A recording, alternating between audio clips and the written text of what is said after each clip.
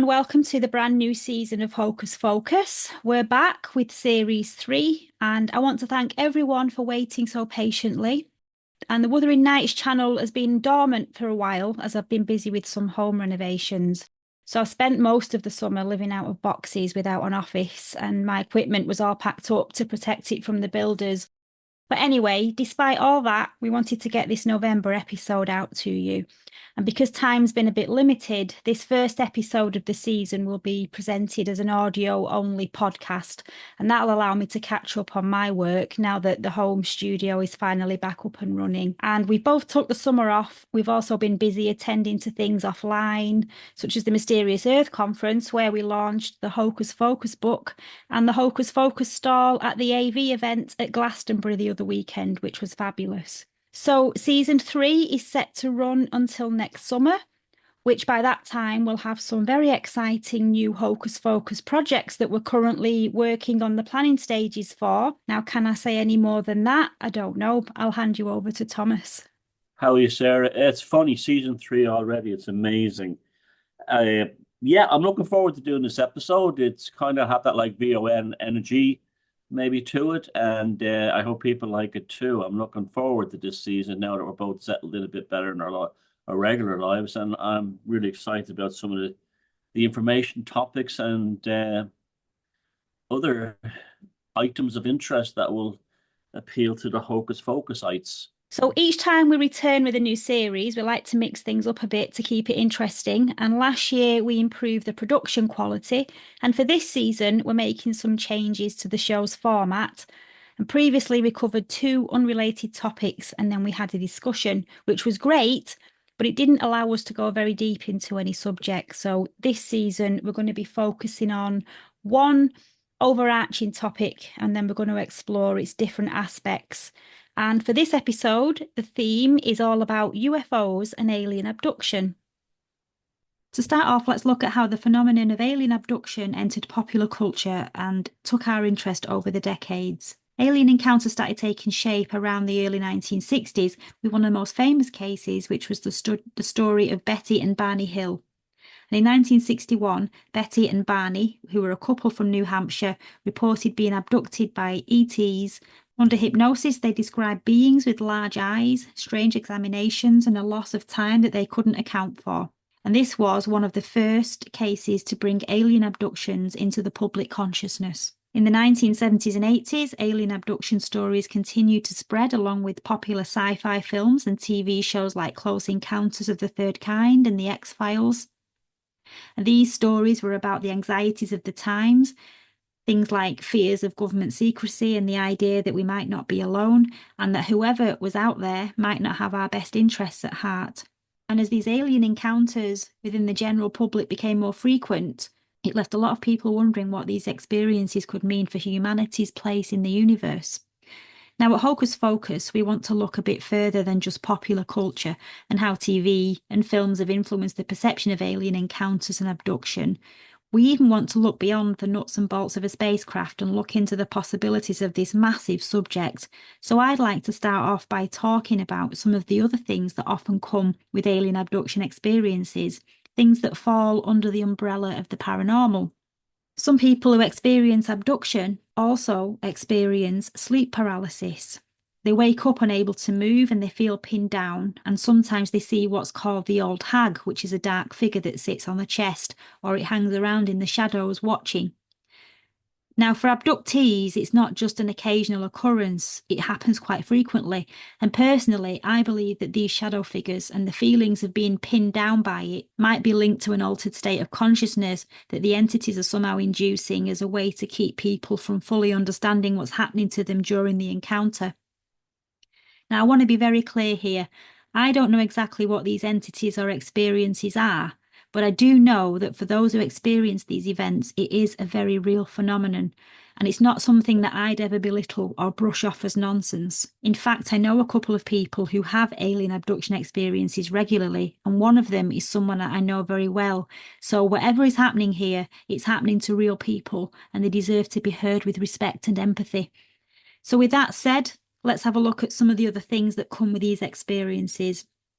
So imagine You've just seen a UFO, or maybe you've woken up from a night that feels more like a nightmare. You've got broken memories or flashes of being taken by something unearthly.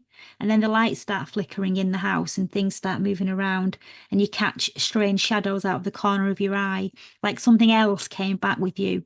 So, why does that happen? People who've claimed to have been abducted sometimes report that after the event, the homes seem to come alive with poltergeist activity and objects go missing or fly off the shelves. Electrical devices flicker on and off. So, why would an encounter with extraterrestrials leave someone's house feeling haunted? And there's also shadow figures which sometimes are seen lurking around in the abductees' bedrooms, either before or just after an encounter. And people say that they've woken up to find these things standing over them, watching them. And these shadow figures aren't only unique to alien abductions, they also appear in haunted locations too, in places with a history of trauma or fear. So, what are those? Are they aliens, ghosts, or some other kind of interdimensional entity? Orb sightings are also reported. The glowing balls of light that we see in haunted places, the ones that ghost hunters capture on film. And UFO witnesses describe them darting across the sky or even appearing in their homes. Now, I know a lady who was sat in her house one evening when she got the urge to look outside the window. So she pulled the curtains back and she saw two orange orbs the size of beach balls, she said, slowly come down from the sky and land in the garden.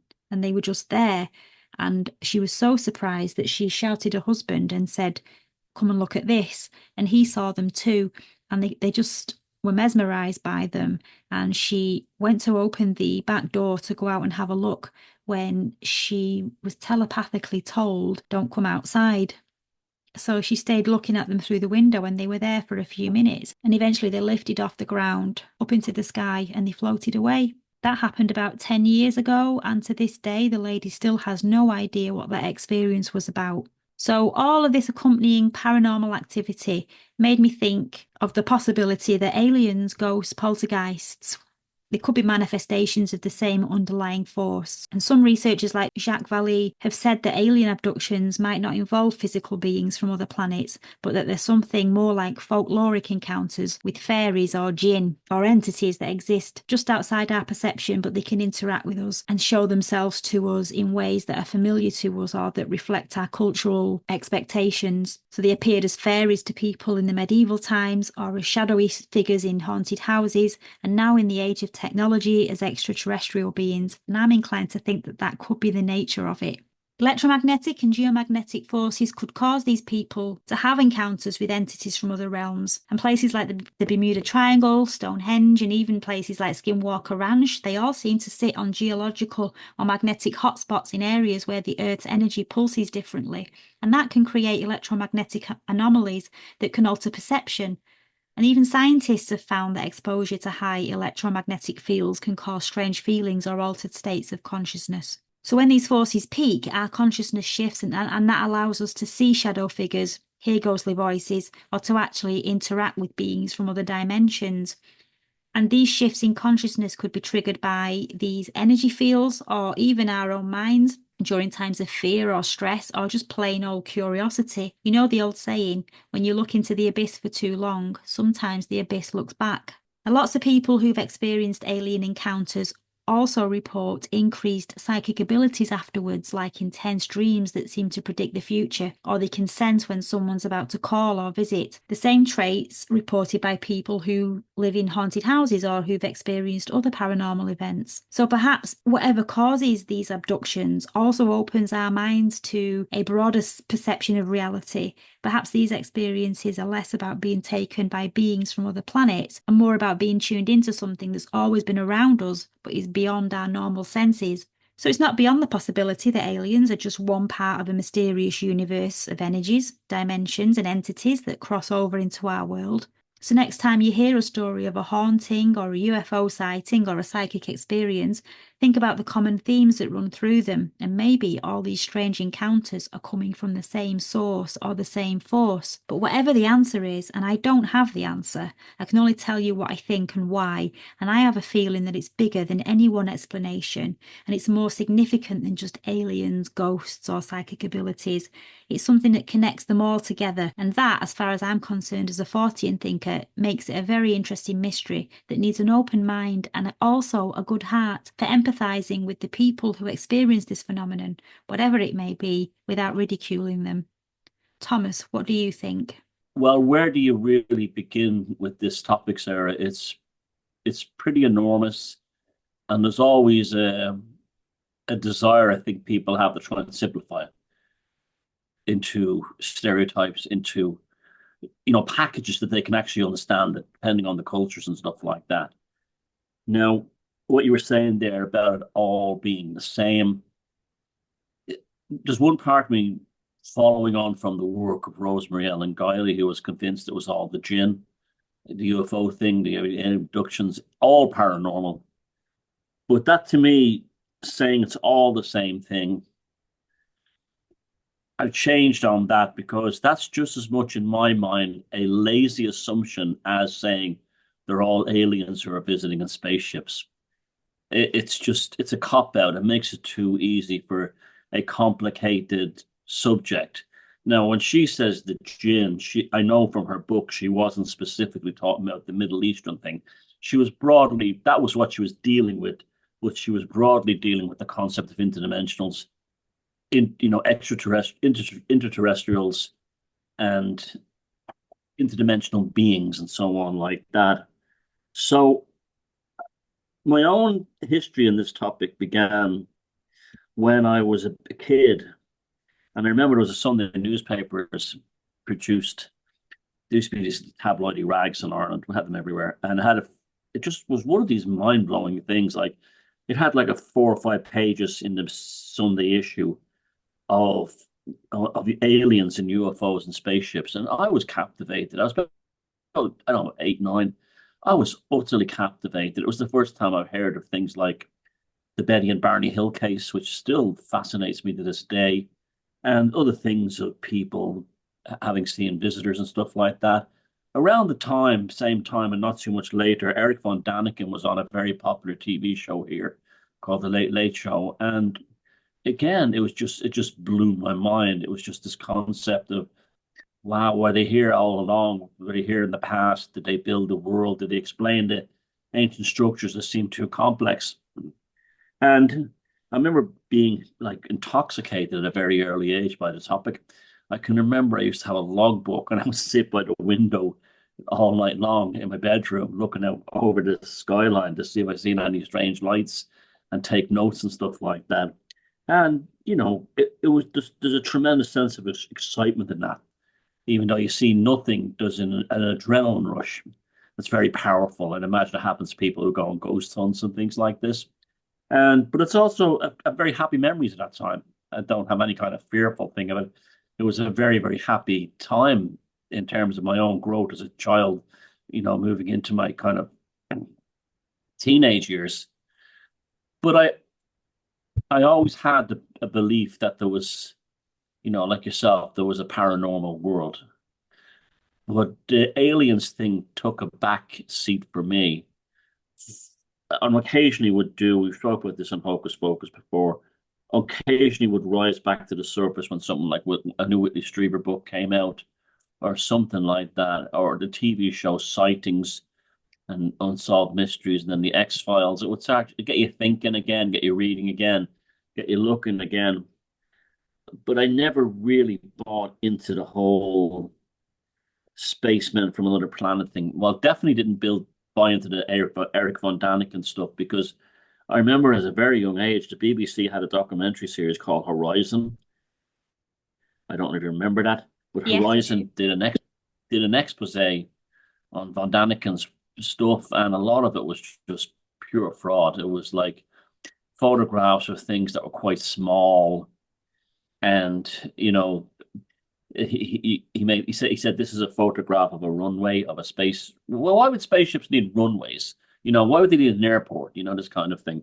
And it turned out that this runway was a small thing, not much bigger than a man. And he saw the guy walking along it, and he made it was a runway in his books. And then he started saying, "I didn't actually write this section, this segment." That it seemed very, oh look, he's full of shit now. That's the way I kept thinking about it. And but that launched me onto other things, the ancient mysteries things, like the law, the ancient human civilization that built these things. Whereas like with Graham Hancock element of thing, where I'm still very much in that field and in that world now. So that was a very big disappointment to me as a kid to see that documentary because they thoroughly debunked his work. They thoroughly debunked it. And it was about the same time I was starting to take an interest in art and symbolism and stuff like that, and learning to realize that you don't read graphics or design so literally. And every picture of an oval in the sky or an oval shaped thing isn't a spaceship or a flying saucer and stuff like that. And so, dipping my toes in and out of the thing over the years. Yeah, it's very interesting. There's definitely something to it. There's definitely, a paranormal component to it. There's just far too much evidence, everything from the Foo Fighters on to, contemporary reports. And then I finally saw my first UFO. I think it was 2015. I was packing the car after a day at the market, and I looked. It was the middle of the afternoon. Well, it was about 4 o'clock, and the market was closing. And I was looking out over Sligo Bay, and there was an egg-shaped object on its side. Now they call that now it's most commonly called a tic tac, but to me it looked like an egg-shaped object, and it moved over the bay at about 1,000 feet high at a very slow speed, and it had a very strange translucent nature to it, a strange, a strange. It wasn't fully opaque, but it was definitely an object. Well, I don't know, it was an object. It was definitely a thing, definitely a shape, and it moved across the bay about 3 or 4 miles at about 1,000 feet in the air, and then went off like a switch, like just gone, like someone turned off a switch. And then I was like, "That's it. I've seen my first UFO. I've seen it. That's it." I went through everything. There was nothing I could explain what I saw. An egg. It wasn't a weather balloon because it wasn't moving like a balloon. It wasn't anything kind of aircraft. It wasn't any kind of bird. It wasn't any planet because it's a star. They don't move, and they don't move that fast. And the fact that just it switched itself off like a switch was the clincher for me. Then I dived head into this stuff and said, "Let's go back here again." And funny enough, the egg shape has been long reported, an egg shaped object, rather than we're told the flying saucer because of the famous sightings in the United States in the late 1940s and early 50s. But that's left a prejudice side there. Most people, if you look into the cases, they're mostly lights or beam of balls of light, and solidified objects are actually quite rare, very rare. And the most common one that seems kind of semi-solidified is this tic-tac or egg-shaped thing. So this got me on what is this thing? What is this all about? And it was it was discovering the work of Jacques Villée in his book Passport to Magonia, and also Whitley Strieber's second book, Transformations, where they drew direct parallel. They weren't the first, actually. There've been kind of people dipped in and out. Even Carl Jung, kind of, little bit in his Flying Saucers book, kind of touched on it. That this is the same. This is a same phenomena that has been seen in the fairy folk, in the fairy world, and he gave and people with fairy experiences and experiences with the fairy, interactions.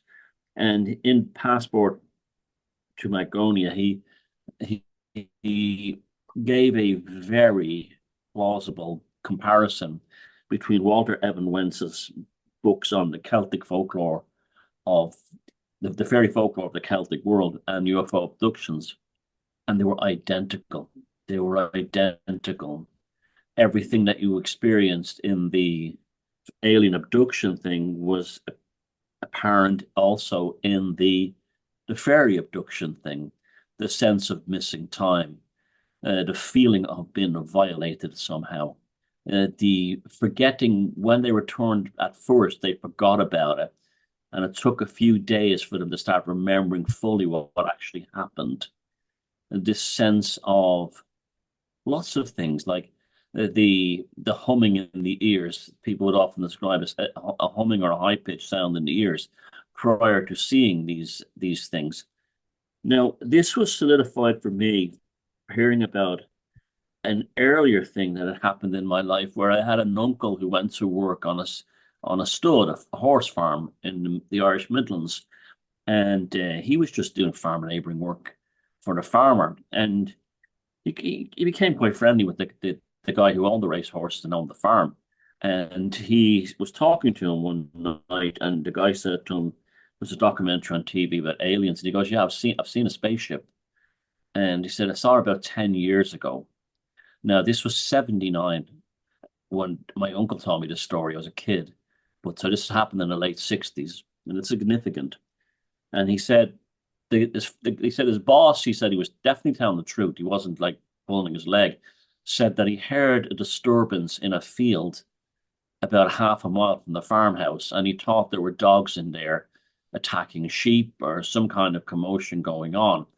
So he got a shotgun out and he drove down to the field in his Land Rover, and he looked into the field and he saw what he said was a spaceship that was shaped like an egg but vertically shaped, that had landing gear on it, and it was touched down in the field, and there were two fellas dressed like astronauts outside of the thing looking around like they were doing experiments. Now, my uncle said this guy was straight up very, very like direct and honest businessman, not a kind of guy giving the flights of fancy. But he said, like, I saw these things, I saw these spacemen. That's why he described them as spacemen. And then he got into the car and drove off. Now there was a problem; he couldn't start the car. That's also commonly reported that the starting motors don't work in cars, and it took a while for it to start on the Land Rover. And he got back. Now this seems to be what the first thing I thought of there. 69, two fellas outside a thing landed on the ground. He was somehow imagining the Apollo moon missions that were all over the TV, then all over the media. Neil Armstrong, Buzz Aldrin, and all the rest are walking around the Apollo spacecraft. He had, even as a young age, hearing that, I was thinking, well, why would they fly all the way from another world to be like that? They had that kind of technology, right? They'd fly right to the White House lawn. They would land there like in the movies. But no, then I thought to myself, he's seen something else, and his mind has overlaid what he thinks it should be. So he's seen this, he's experienced this event, this experiential thing has happened. He's beheld it. He's probably gone into an kind of uncanny valley thing. And whatever this thing was, it had rationalized itself within his cognition as the only thing he knew about space exploration was the Apollo missions that were all over the media. So he had a vision of something that wasn't real. Now we see this time and time again. It wasn't actually what it was, where a kind of like in the Betty and Barney Hill case, which is very interesting. They were an interracial couple. I believe they're going somewhere through in New England, during the height of the civil rights thing. There's a lot of things made out about that this was a trauma caused by them being an interracial couple on a terrible time. But they both spoke to the aliens, and Betty was adamant that the aliens had like an accent, like an Irish or a Scottish accent. Now, this is seriously interesting. Why would they have that? It was telepathically done, by the way. They would hear this accent. Now, there seems to be an uncanniness about these alien things, that they appear in a kind of a technology just before it happens. So, for instance, in the late 1800s, people were seeing these kind of airships flying all over the sky. They were reporting airships that looked like steampunk airships almost, like Captain Nemo, but in the sky, airships before flight had happened. So it was just it grabs the technology in the consciousness before it actually happens. And so they had the space rockets were seen over Scandinavia in the 1940s. They called them space rockets, and they were unexplained rockets that were flying all over Scandinavia, no, at strange, incredible speeds and changing. This is the usual story of changing angles at really at high speed. Then we got the UFOs, and then we have that in the movies. They seem whatever this experience is, your mind will, like the Sandown clone story that we covered in the past, your mind will wrap an image around it which you can actually comprehend. So that brings us down to, so what is this thing, right? What is it? Well, the UFO, I'm I'm not going to say there's no aliens from outer space, right? Of course, that just the other planets there has to be. There's got to be. There's got to be. But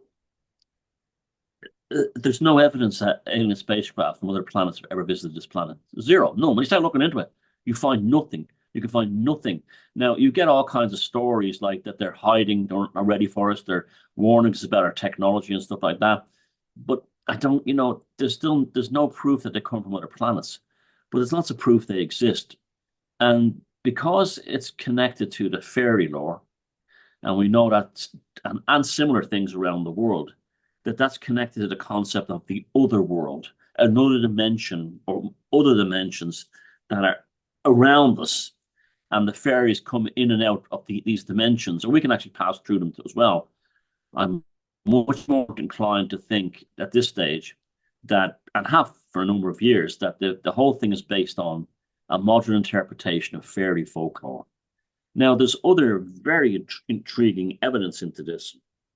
For instance, in Celtic parts of Brittany and parts of Ireland, you do not accept food given to you by the fairies. If you go into the fairyland and they offer you food, you don't eat it. But people who have eaten it, they report it as being pancakes that are very tasteless. They've no salt in them, and that the fairies live on just water and meat, and they don't use salt in their cooking.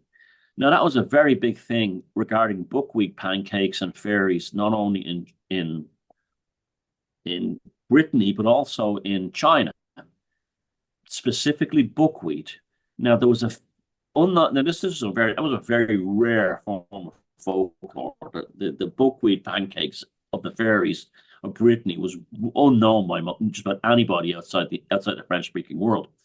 And there was a famous UFO case in the 70s where a man was abducted and was given fairy food, which was incredibly, and this is in the United States now, a buckwheat pancake.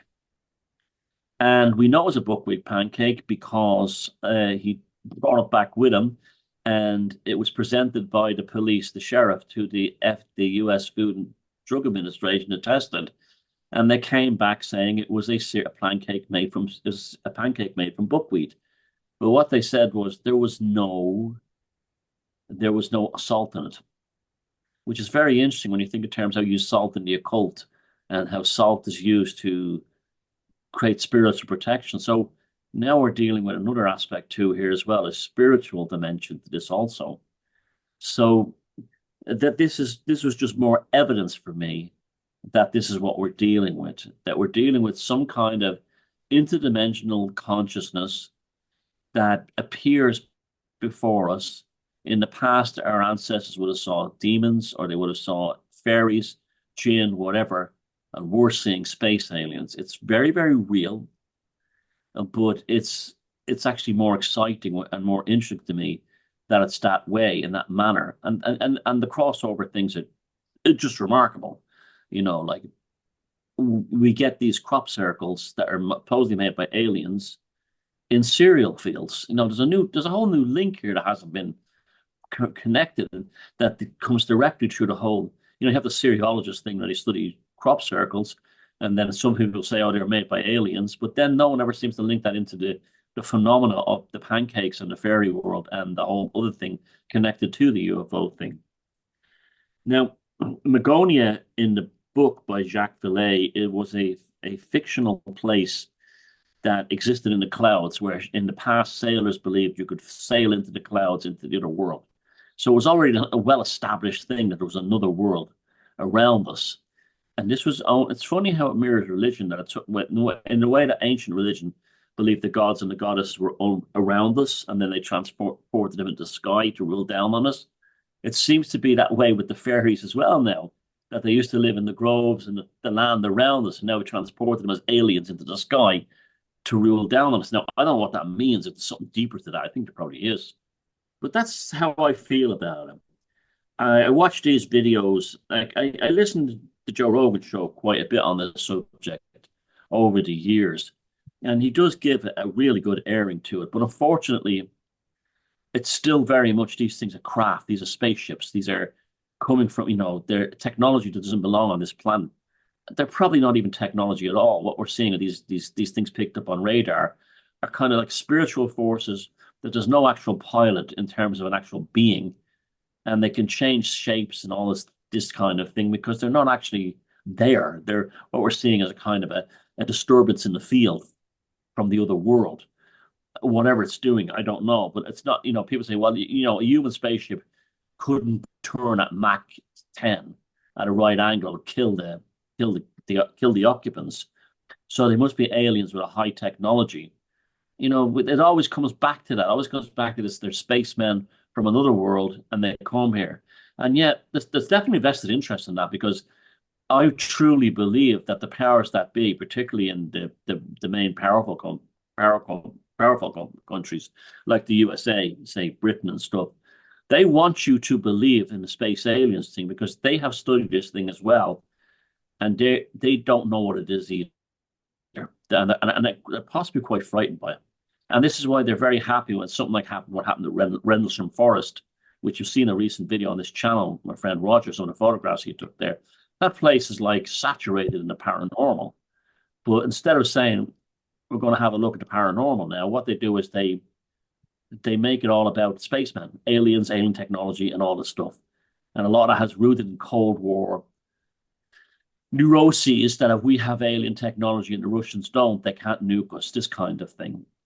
And it's even transported into the later times where they say it's environmentalism, that the aliens are coming to destroy us or warn us that we're destroying our planet through global warming. It's a weapon. It seems to be a weapon that the powers that be use.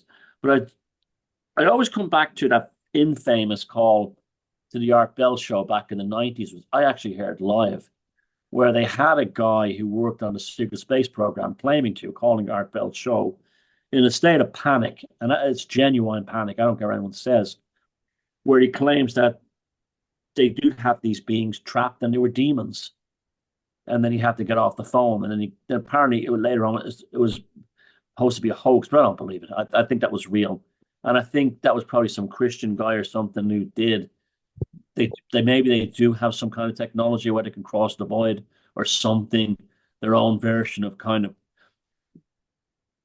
John D. Edward Kelly type scrying, where they can bring these things true. And this guy if he was a Christian, you'd think they were a demon or something like that. But then we're into something that's really dark, really dark. That the fact that they could be part of the establishment and the elite who are putting this stuff all upon us. And we do know from most fairy folklore is very common in Ireland is that the fairies are generally hostile to human beings. So we're then in a different space. Now, there's also, before I close out, a huge theatrical element to it. Whenever people encounter aliens or abduction, the aliens seem to play out a kind of a play. And you see this in the fairy folklore thing, where they do things that don't seem to make any sense, but leave a deep psychological impression upon the people, to the point where they pretend to fertilize them with alien babies. I mean, it became a huge thing on the X-Files and all this stuff, and this kind of thing. So the alien stuff for me, the UFO stuff for me, is a fantastic topic. It's absolutely enormous. I don't know for sure what it is, but at this stage in the game, I definitely put my cards on the interdimensionals table, and they're part of fairy folklore and the interdimensional folklore. Absolutely don't know what it is, but the fact that it could be bridging folklore with modern UFO phenomenon, I think, is a fascinating subject. And the fact that these beings, entities, whatever they are adapting to our cultural expectations, especially when you go back to the Betty and Barney Hill report, which was in September 1961. It seems to be that these greys and these flying saucers in the sky have been seen since, I would say, from around the beginning of the space race, the Cold War, the 1950s, and up to the present day. So that does make you wonder, are they showing themselves as we expect them to be from another interdimensional place that could come in and out of this world from different portals as and when they want to, and that they've always been here? And it's just that some people are more susceptible to seeing them. And they may have no shape. They may just be an energy force.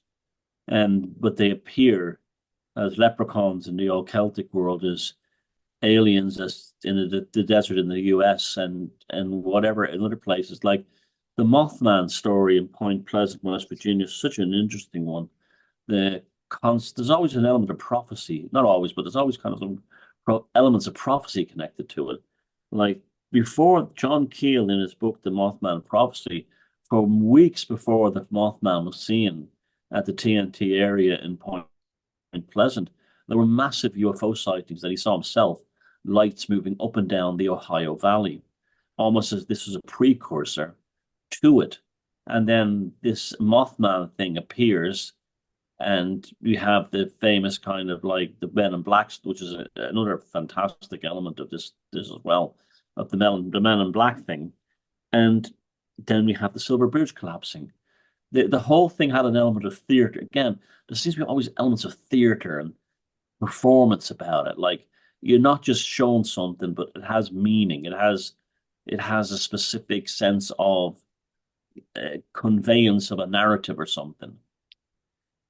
John Keel put forward that alien encounters and hauntings and even cryptid sightings could all be part of something that he called a super spectrum of paranormal activity, where it's like a range of phenomena that exists outside our normal sensory perception, but manages to interact now and again with our world. Yeah, Colin Wilson, the concept of faculty X and this kind of thing. Yeah, it definitely ties in with that. I think there's a lot to it. But at the same time, too, at the moment we're talking about they're going to make a big revelation about aliens coming up soon. Now, I've been hearing this for years, and we all know it's nonsense. But there definitely has been an increase in what you would call, sightings, and some very strange ones as well, like those legged kind of octopus creatures that are floating around bases, and also those lights caught on Navy cameras and stuff like that. And you talk to every pilot, they'll tell you they saw something, especially if they're flying transatlantic. They definitely will tell you they see strange things that they can't explain, and a lot of them won't tell the actual authorities. They'll keep their mouth shut for fear that they lose their job, or they get, especially if they're getting like past 40, they're thinking they're going, they're not fit for the job anymore. There's no, see, we're given in pop culture, we're given two things, right? We're given the ET phone home thing, where it's a friendly, benign alien who doesn't mean us any harm. And yet, in the real alien stories, you don't really see that. And then you have the story where it's a vicious thing that wants to damage and torture us. And yet, you see an awful lot more of that. Like the stories of people having skin scooped down. And I remember there was a huge UFO alien abduction flap that happened in the 70s in New York. Lights were first seen up and down the Hudson Valley and coming down towards Manhattan along the river. And next thing you know, people on both sides of the river in New Jersey and upstate New York and Yonkers and New York itself were having memories of events that happened, something happened to them. And there was an artist called Bud Hopkins who wrote a series of books of people that he'd used hypnotic regression to get them to recount their experience. And these books are actually very dark. They talk about women being impregnated with alien babies. They're having their eggs removed. Really, serious gynecological stuff, as well as men having their semen extracted and all kinds of things.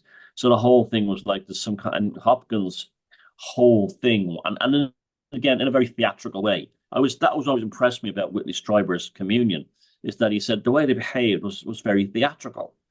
in a theatrical manner. And like they were putting on some kind of show for him.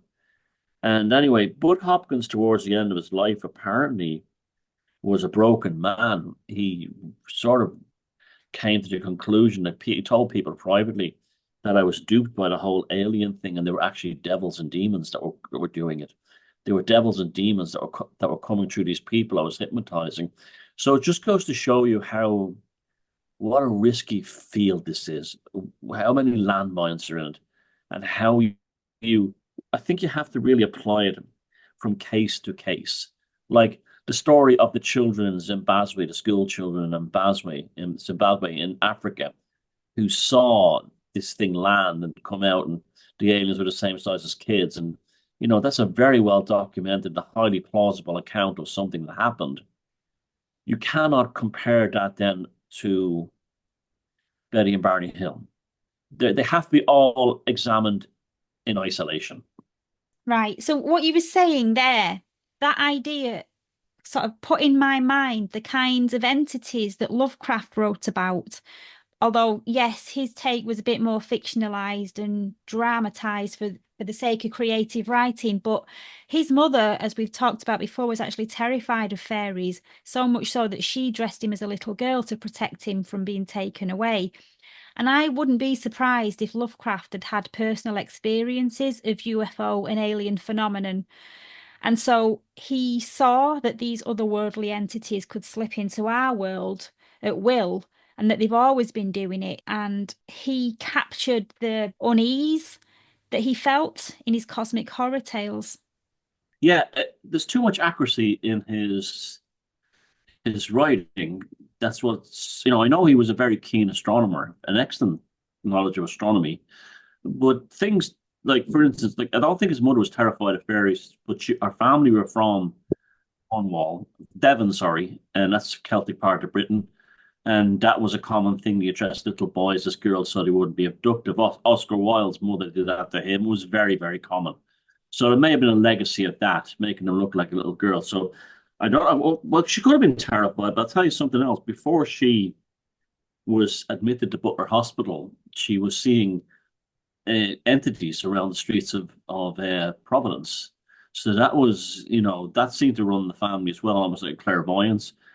But the color out of space, he finds it difficult to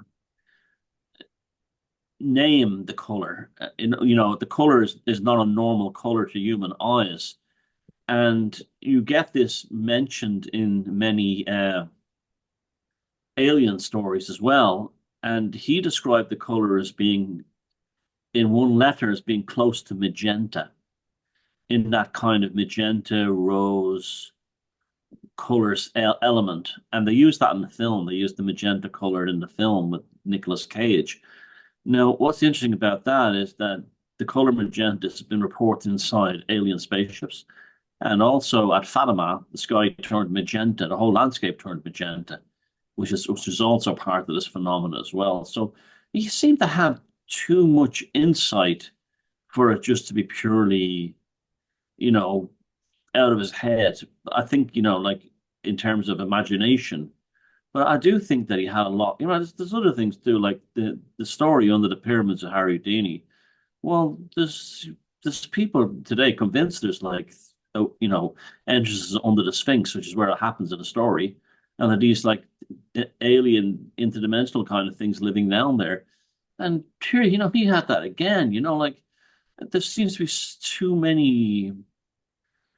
too many accuracies in his work that, and also it's tied in with the occult. Well, I think aliens and the occult is very much connected.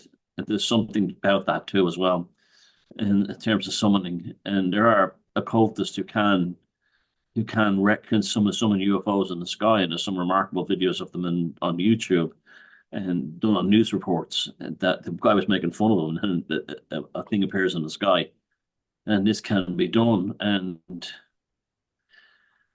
it's just a very interesting. Again, it ties up that the theatrical element. So yeah, I do believe, yeah, he had some knowledge there again that he didn't Like, he didn't really talk about space travel in the vein that like what you call scientific romances back then did, where you had like, they were kind of like spaceships to the stars. He never wrote a story like that. His stories were very much these things came through, interdimensional time tunnels, and they were gods as well as they were kind of like animals. They were just stupid and as like Azathoth is just the interdimensional Daemon Sultan at the center of all chaos, but could also be worshipped on the earth by using sigils and seals and opening up portals. Again, this is he was too accurate. He was when everyone else was writing stories about sci-fi back then, they were all about adventures and spaceships and this kind of thing and aliens and spaceship and robots. Well, he was writing about stuff that was very connected to the cultic elements of that.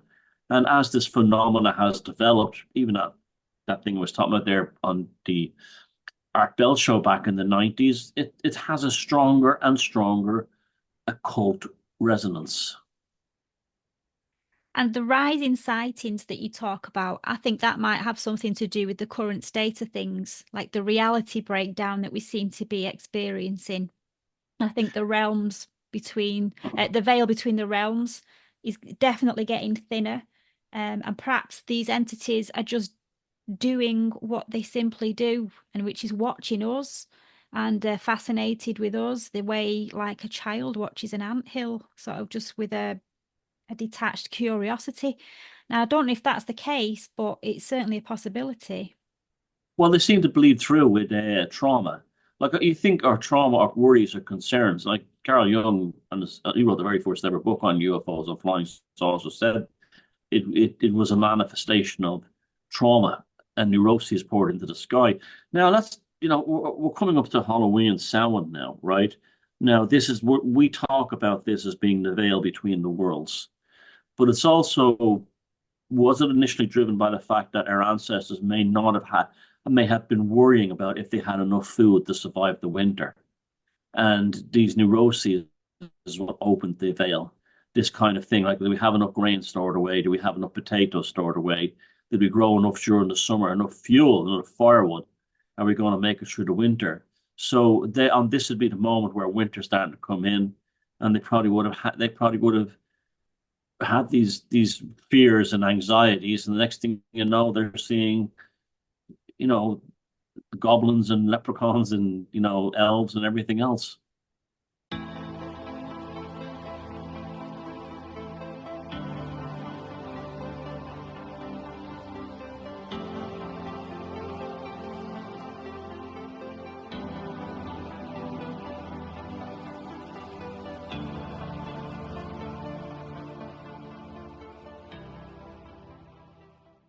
On November 1st, we have a new moon in Scorpio.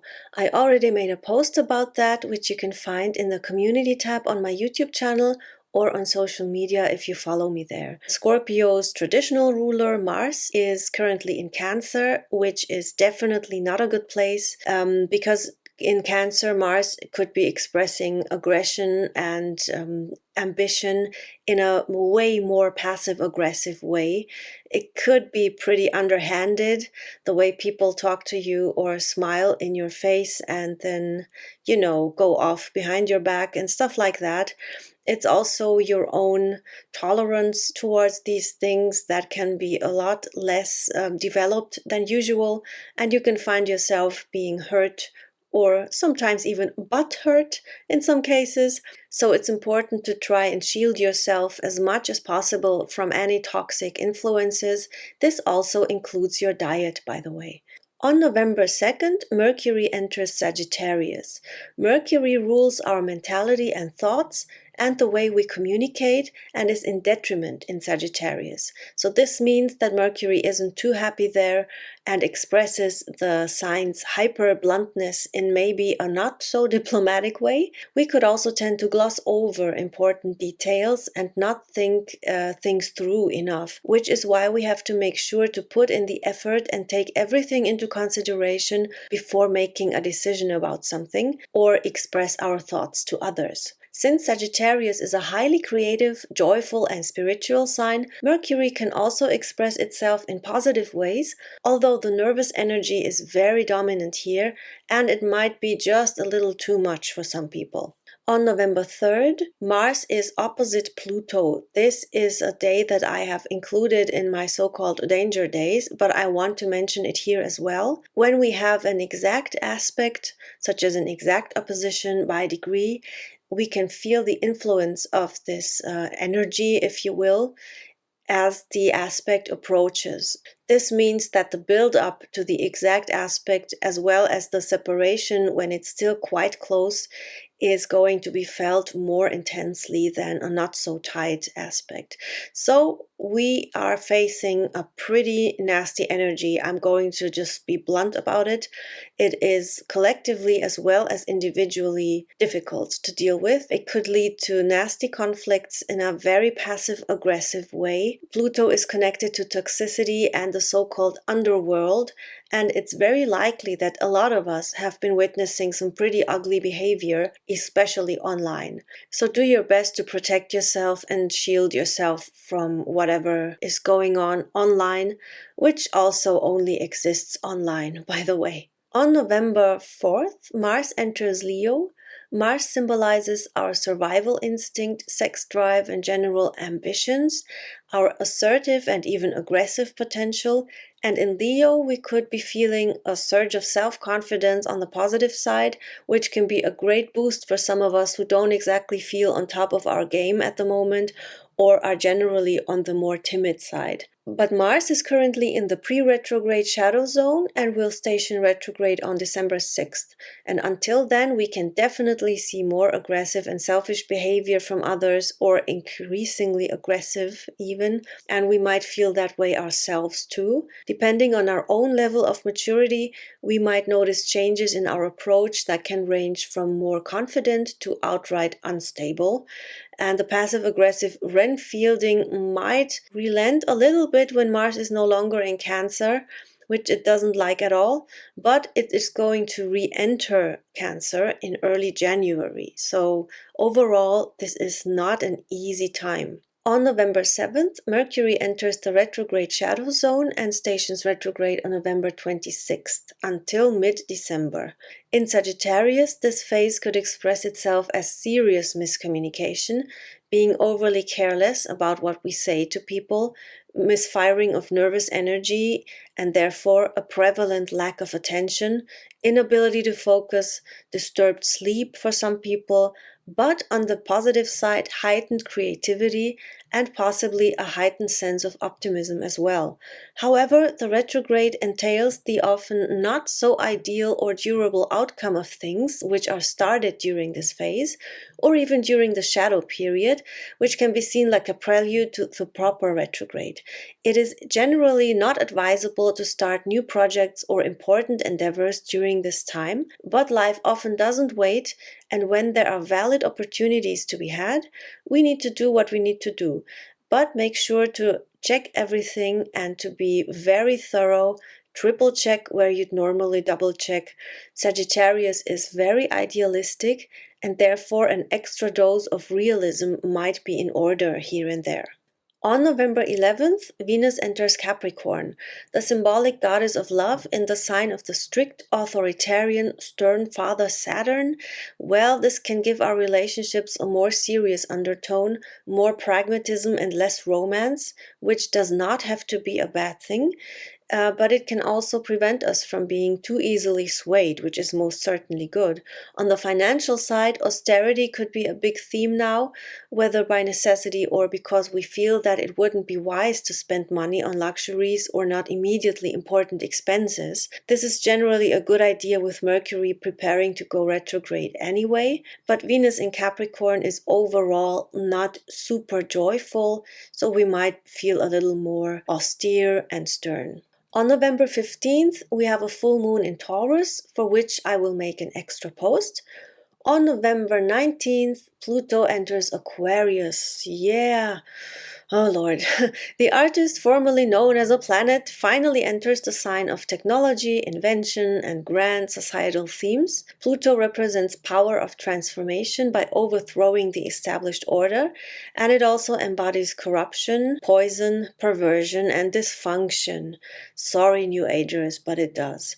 Therefore, it can be seen as a symbol of power as well as the abuse thereof. When Pluto is in Aquarius, the sign primarily associated with our modern society, we will likely see a surge of new and possibly crazy technology, the amping up of the craziness where the fans of the multicolored flag are involved, and the easily offended ones are going to be even more offended on behalf of who knows what, and we might also see more and more encroachment upon our private lives through the means of technology. I made a video about Pluto some time ago, which you can check out on my channel if you like. On November 21st, the Sun enters Sagittarius. This season is going to feel much more lighthearted than Scorpio, because it is marked by the mutable fire signs' inherently positive, joyful, lighthearted, and curious nature. It can enhance our thirst for knowledge, passion for exploring unknown territories, trying new things, but also quickly abandoning them when something more interesting comes along, or we simply lose interest, and we could become less willing to commit, extra motivated to move forward, maybe even leave old ideas or structures behind. We should, however, be careful not to become too idealistic and always mind the small print, as Sagittarius nature is impatient. Some people's nervous system could be extra sensitive during this season, depending on your own disposition, and you may need to ground yourself and seek out activities that calm you down, or take some time out from social media, etc., or anything that stimulates your mind too much. I hope you have a largely Renfield-free November and a pleasant time as much as possible, and I'll see you in next month's episode.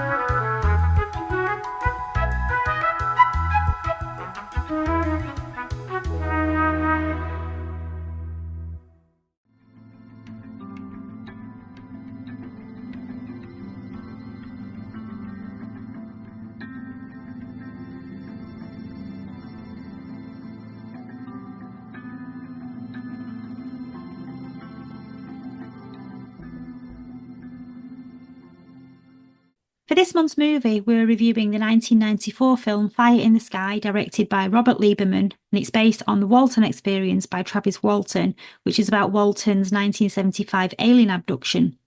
Now, the film is a great film for an alien abduction film, but what we see on screen is a Hollywood version of some of the events that is actually nothing like what Walton says happened to him in his book, and I'll come back to this when I've reviewed the film.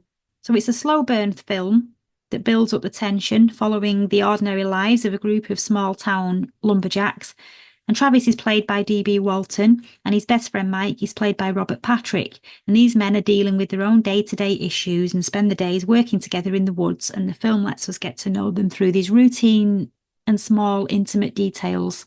Then one evening, as they're driving home after a long day's work, they stop to investigate a strange fiery light in the sky, which turns out to be an enormous looming UFO. And Travis gets out of the truck and approaches the craft. And as he gets closer, he gets trapped in a beam of light, and his friends start to panic and they drive away, leaving him behind. And then from there, the story shifts into a missing person mystery. And when the men return to town, they're faced with accusations of murder. And then that builds into another slow burn towards what has actually happened to Travis and the men trying to get the town to believe them. Now, 5 days later, Travis is returned and the group have to deal with a whole different reception from the small-minded townsfolk because nobody believes Travis either, and they think that he's crazy, and the police chief thinks it's all a big prank. But then Travis experiences a traumatic flashback which shows us what happened to him on the craft, and we see the horrible experiments that were inflicted on him. And they're very difficult to watch, actually, especially if you don't like things being done to the eyes. The scenes inside the spacecraft were very well made because you start to imagine what it must be like to be trapped there, actually having this done to you. Now, when I first watched this back in the 90s, it was marketed as being based on a true story. And so, because of that, those alien scenes were almost unbearable to watch, to think that this could actually have been somebody's experience. But thankfully, when I researched the film a bit more a few years later, I discovered that according to Travis Walton's book, he was taken aboard a craft, but he didn't actually experience the grotesque alien experimentation as we see in Fire in the Sky. His actual story is very tame by comparison, and it's more about confusion than terror. The scriptwriter Tracy Tormey said that the studio execs pushed for more thrills and said that Walton's real account was boring and they demanded something more sensational. So that's how the film ended up with these intense horror scenes that most people remember from the film. Now, director Robert Lieberman himself didn't believe the Travis Walton story, and he dismissed it as a hoax, and he speculated that Walton might have staged the incident as a prank, possibly under the influence of some kind of psychedelic drugs. Now, that's a theory, for me at least, seems more of a stretch than anything grounded in fact, and to me it says more about the director's mindset than it does about Walton's experience. And so the film goes towards the fictionalized, horrific end of alien abductions, putting shock value before the integrity of what Travis said he actually experienced in his book. So, in that respect, it felt very similar to the tabloids where the stories are twisted for profit and little regard for the actual people involved. As a film, Fire in the Sky was very entertaining. It was a thriller. It had suspense and it had great effects for the craft and the beings inside. And if you like films about graphic alien abductions, then this is a great one to watch. And it's an 8 out of 10 for me. But as for Hollywood branding it as a true story and sensationalising someone's personal experience for profit, well, I thought that was a pretty shitty thing for the studio to do. But having said that, it's still a great film, and it shows how skepticism can turn vicious and how friendships can be tested and how people faced with something that doesn't fit into their reality often choose denial or aggression rather than open-mindedness. And perhaps that's the real horror of the film. It's not just about alien abduction, but about how society turns on its own when fear takes over. So, Thomas, what did you think of Fire in the Sky? Very powerful. I thought it was a very powerful film when I first saw it. And I was wondering if it would still be as powerful today, seeing it. And I think it was even more powerful. I think it's a superb film that's actually gotten better with time. I think I have no complaints about it really. I think it's a very, of course, there's a Hollywood element to it, but it is a very, true to life reenactment of what happened to Travis Walton and his friends. I mean, it's a very serious thing for your brother and your friends to be basically accused of murdering you because you vanished in the woods. And I met Travis Walton and he came across as a very sincere and honest man. And I even mentioned to him that, you're in the woods, could have been fairies and stuff like that. And he says, yeah, it could be anything. Again, when he was on the spaceship, it was magenta. He said it was magenta. So we're back to the color of space thing again. So whatever he was on, I think the film is wonderful. I think the film is very frightening, genuinely terrifying in parts. I think if you read Travis Walton's book, you're struck by how he was 22 or something at the time, how terrified he was. He was absolutely terrified, and he felt he was constantly close to death. He felt that death would happen any second, and this is why he attacked the aliens and things like this. He tried to beat them up, and he punched one and fell off the table. He said it was just the sheer terror, and I think the film does capture the terror of the thing. That this is truly frightening. The other film and strangeness of it, like was in that kind of like floating environment. I think the only other film that did that better was probably Under the Skin with Scarlett Johansson. But again, the utter strangeness of it, as well as the terror. And I thought the film told the detective story, very, very well too. The small town thing. These guys, they would be apprehensive about lie detectors. They would be apprehensive about doing certain things because they'll frame you. Coppers will frame you, no problem. Or any bit of evidence. And it was, again, a very serious, they're up for a murder, the potential murder charge. I think it's a very, very interesting telling of the story, but the elements that were left out, that were not shown in the film that I think are very important to the story is that Travis Walton and his lumberjack friends weren't the only one that saw this strange egg-shaped again ball of light in that clearing in the woods. It was also seen by fishermen and hunters nearby, one of whom turned out to be, I believe, an intelligence officer or something like that. But they reported it independently, and the police knew about this. This is one of the things that's kind of sinister about it, that there seemed to be an element they were trying to stitch them up.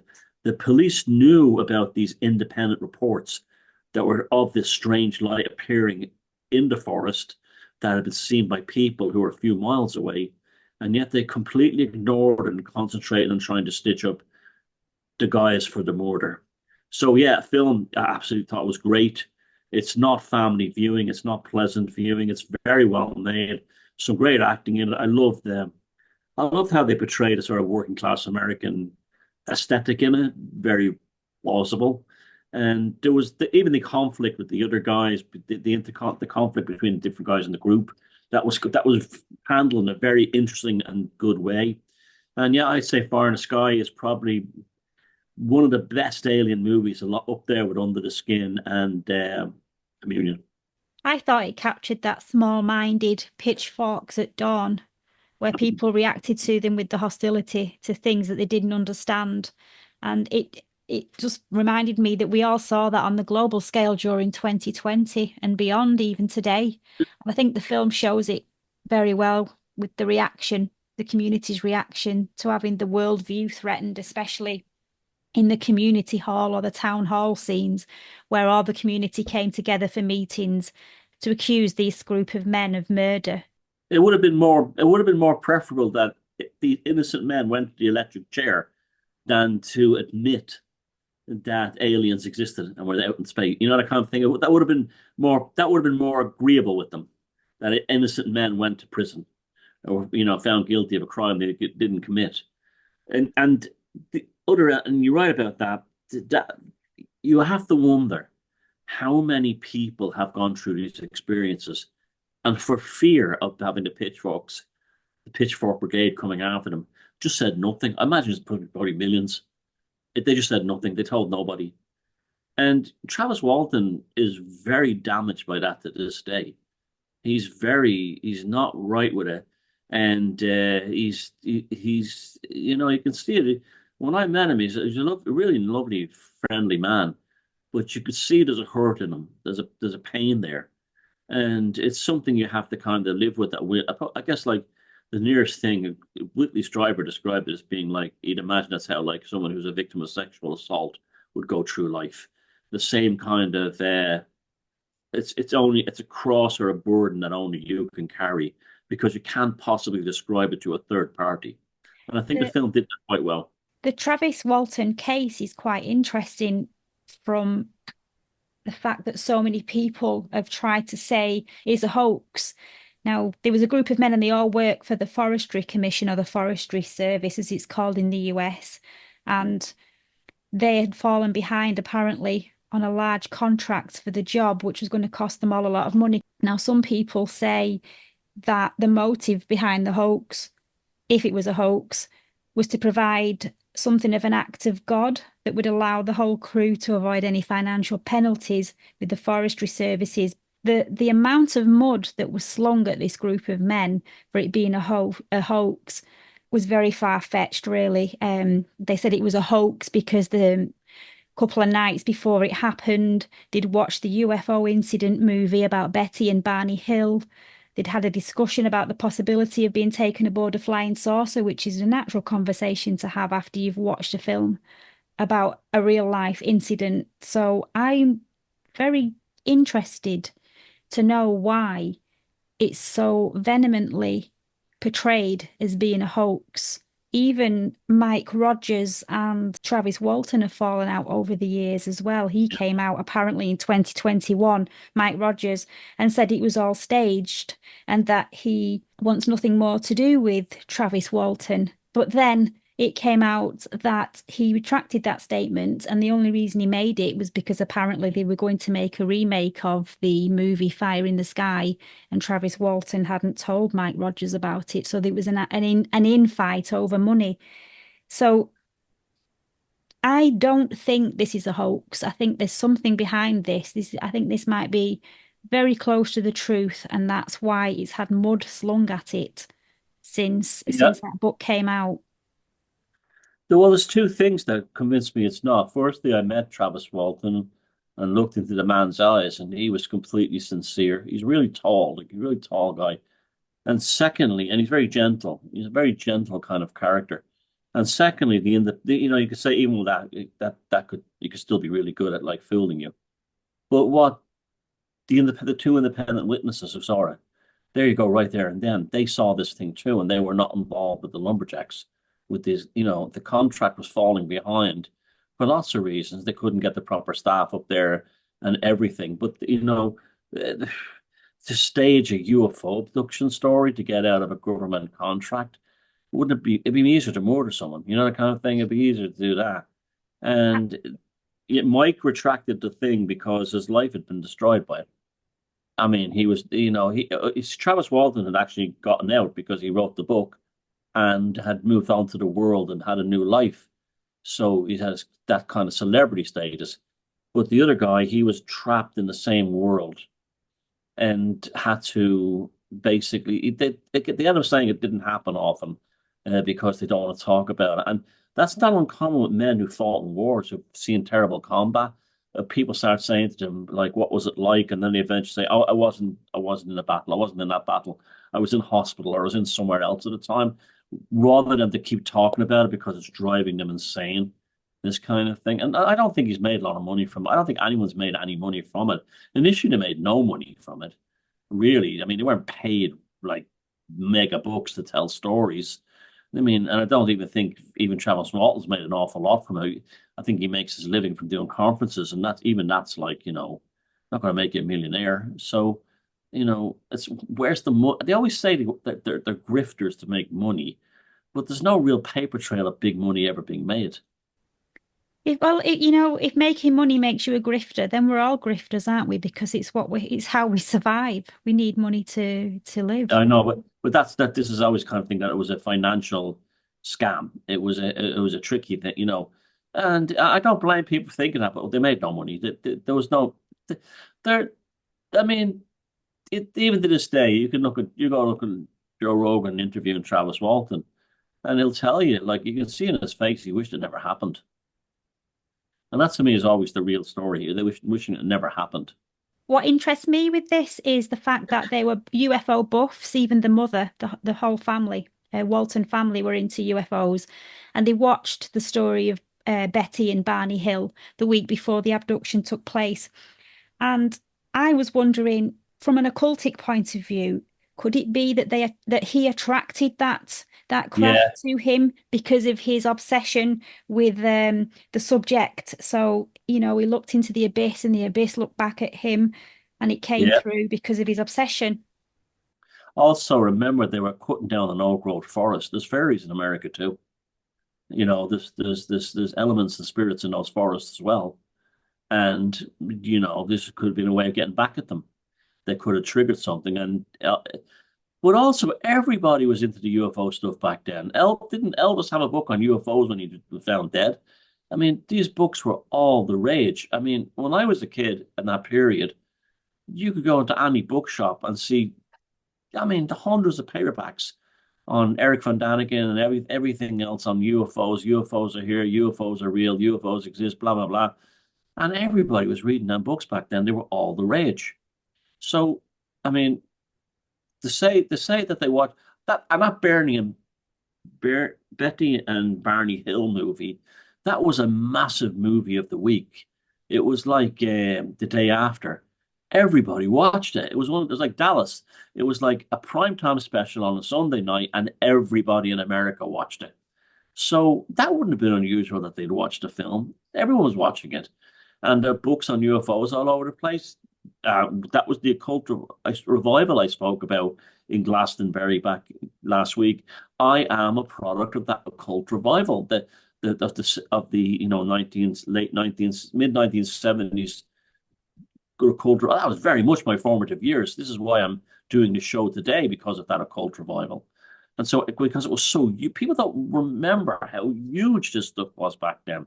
This is before the internet. There were not only tons of books, there was tons of TV documentaries constantly.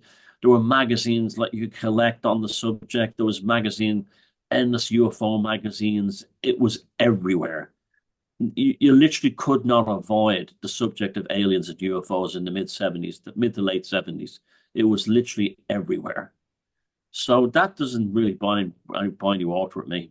I just want to add a little bit of movie trivia to this film because we've not mentioned the great Robert Patrick yet, whose performance was fabulous in the movie. Yeah. And it was so good that it impressed the X-Files creator, Chris Carter, and it impressed him so much that they later cast him as Agent John Doggett, who comes into the X-Files after Mulder's been taken away by the aliens, which I thought was a nice little connection back to the film that got him noticed and got him the part in the first place. And the film itself looks a lot like a lot of X-Files episodes. You can see how very influential it is. Like there's lots of X-Files stories that took place with thingies in the woods and stuff like that. There was lots of that. The whole thing of the camera shot of a flashlight peering through trees is a very effective thing. And Chris Carter always made use of that. That's very powerful in both Fire in the Sky and Communion. That aesthetic. But returning back to the film Fire in the Sky, yeah, I very much enjoyed, highly recommend it. I'm going to get the DVD because I want to have it because I like it that much. And it's in many ways a groundbreaking film in the genre, in that it wasn't afraid to get gritty and nasty, which it does, and it's genuinely terrifying, which it should be. So, two thumbs up from me. And two thumbs up from me too.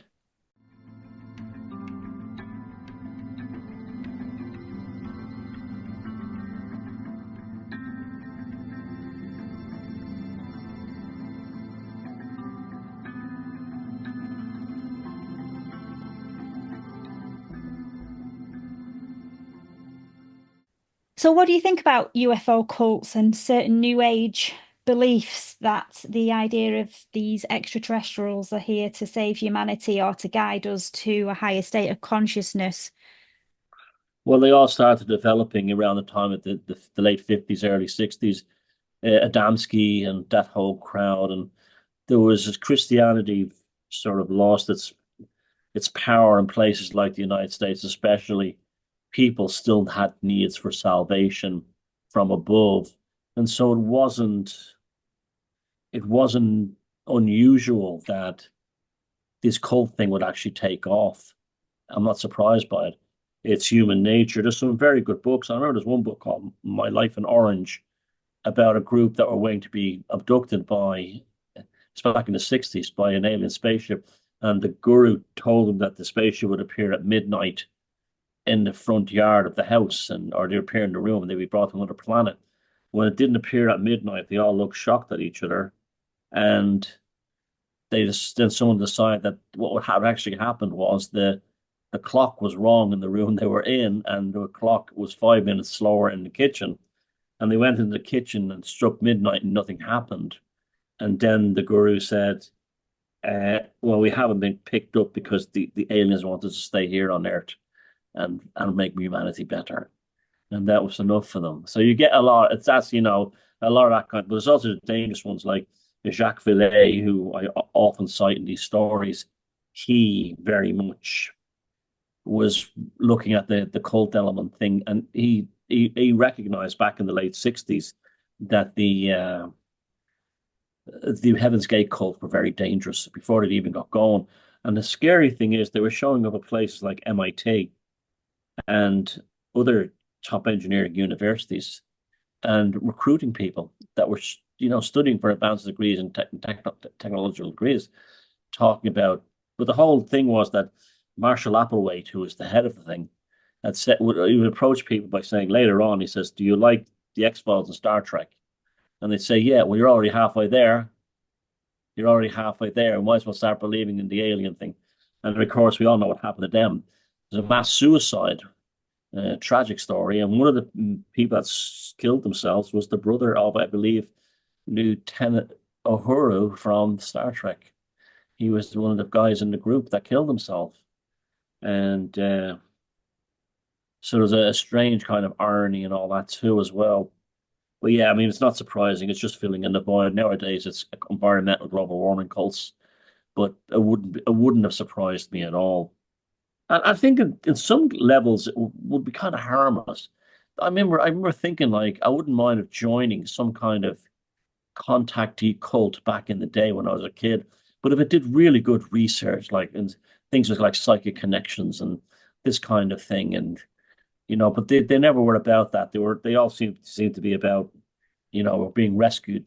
A space Jesus, basically space Jesus.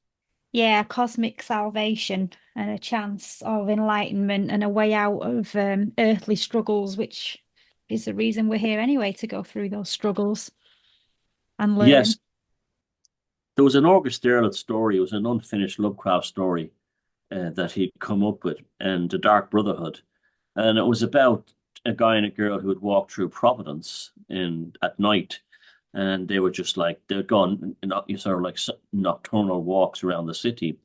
And one night they met a guy who wanted to know about Edgar Allan Poe, and he was Edgar Allan Poe. He looked just like him, and it turned and he was asked him. And this is another thing with marketing about Lovecraft. Uh, you know, the guy would ask him about who was Edgar Allan Poe, and he went on a thing and he talked about like it was the father of the detective story, the macabre horror story, blah blah blah blah.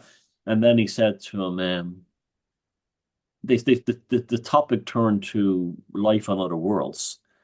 And the guy who's Edgar Allan Poe kept going, it is so, it is so. When you say things like, Charles, are you familiar with the work of Charles Fort?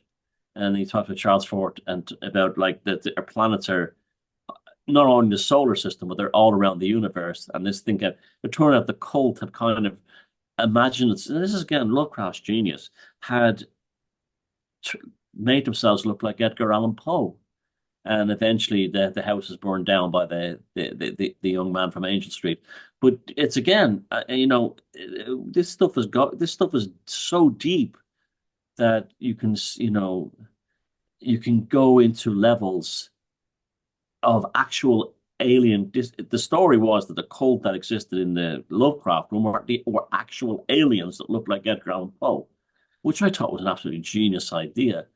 And it was almost like as if August Derleth and Lovecraft were trying to imply that Edgar Allan Poe was so unique. Maybe he was some kind of entity that appeared on this earth just to write his stories. But what I was saying about the cults then, it's a dreadful shame that there's a religiosity element connected to it.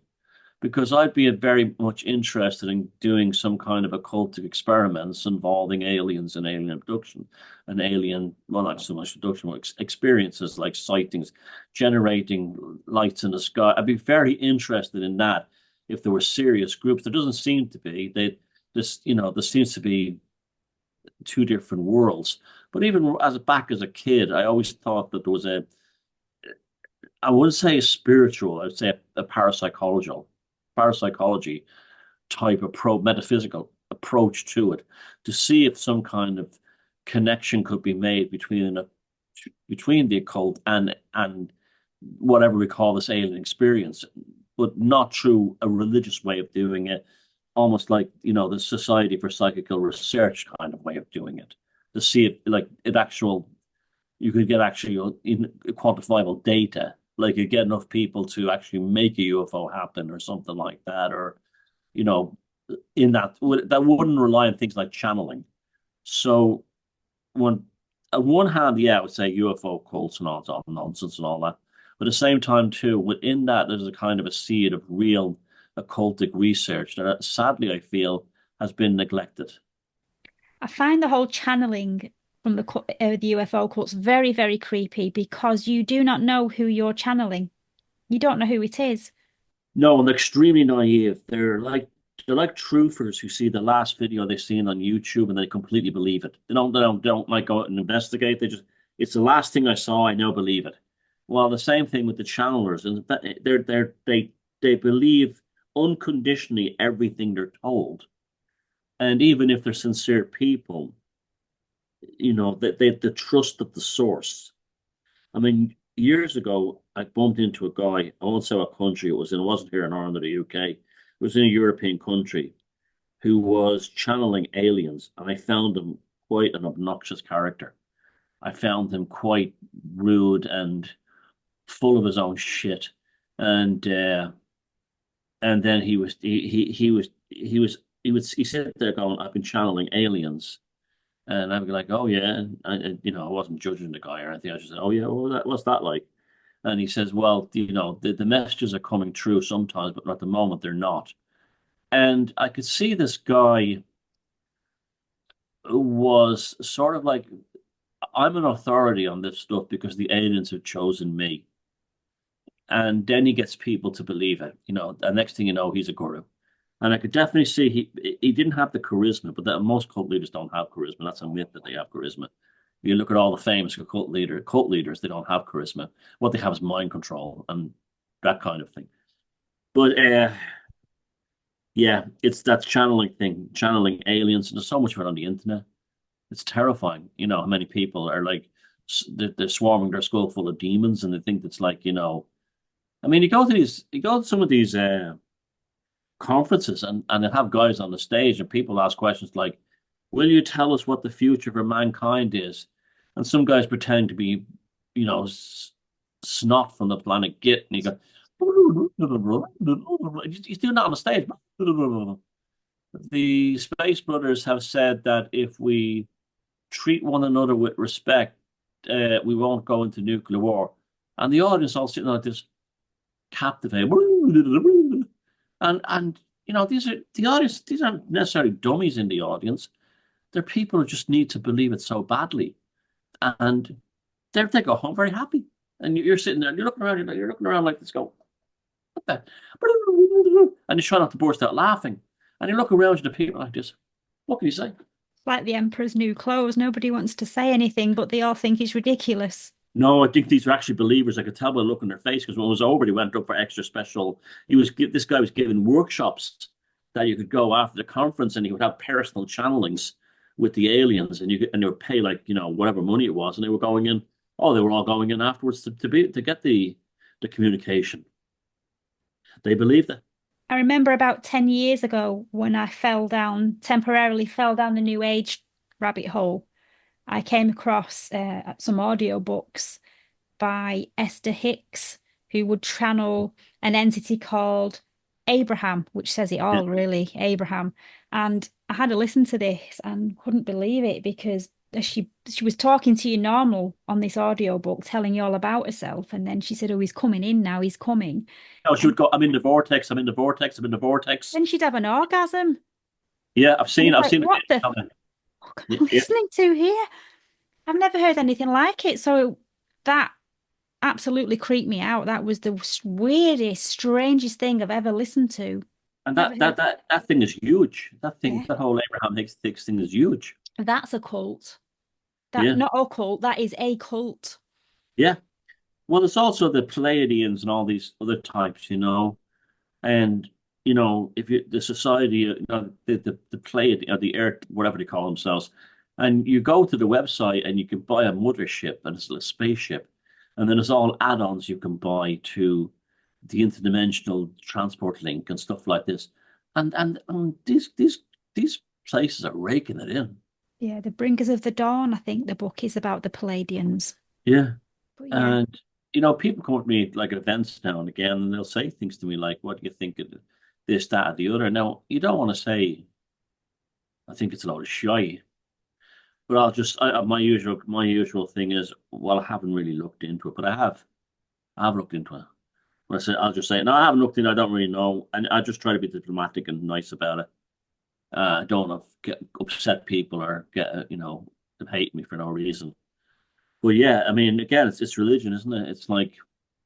And a lot of the same tropes you get with Christianity is Jesus will come and save us. The aliens will come and save us from global warming. They'll save us from the wars and all this other and all. It never ends. But it's a very seductive. You have to understand it's a very seductive thing.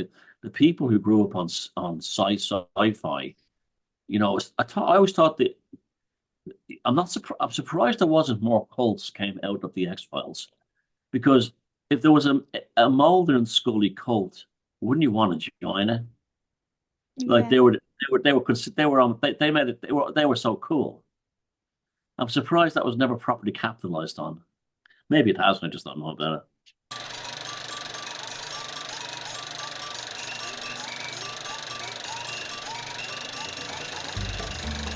In today's fast-moving world of telex machines, typewriters, four-engine aircraft taking us to all parts of the empire, no prospective chap or filly must be seen without Hocus Pocus apparel.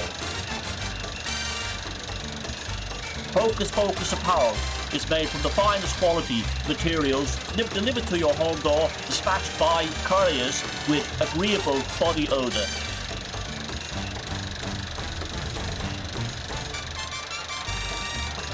You office managers, pull one of those fillies in the typing department.